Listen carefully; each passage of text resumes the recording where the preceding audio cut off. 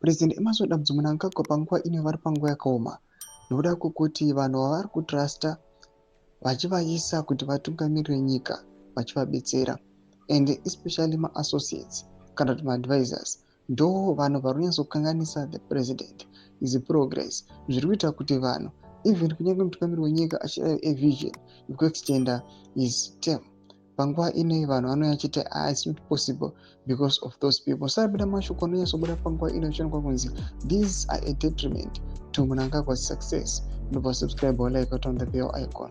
Tinoda pahendo yetakabatana daily anobuda achiposta achiti Tagure and Zvigananda are now ZANU-PF's biggest threat to Mnangagwa.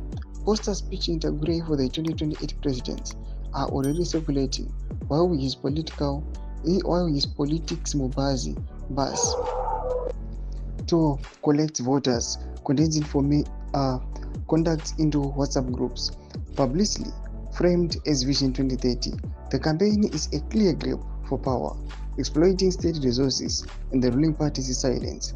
Zimbabwe faces years of pre-election chaos driven by money, not governance. Thomas Wanudatoka panguva ino anoposta mapicha seamuri kuona ari kunyatsokuonekwa kunzi these flyers ari kunyatsokupusha for Tagure presidency muna 2028. Atogara atovapo atobuda and vakomana vatotanga kutodeploya their forces underway panguva ino vachitanga kutopavha the way our to 2028. Panguva ino kunyatsokuonekwa kunzi VP Kosano Chiwenga is being sidelined.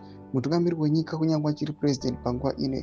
We do not know what is the president aware of this, but the people they are not being impressed nezviri kuitika munyika yeZimbabwe just because this is Zvigananda vanoda kungotarisa on power grabbing voitawo zvavanoda aiwa nevagari nethe masses. Mina comment section medu zvafungiro aimbo tudei pamusoro pechitiko ichi. So subscribe or like, hit on the bell icon.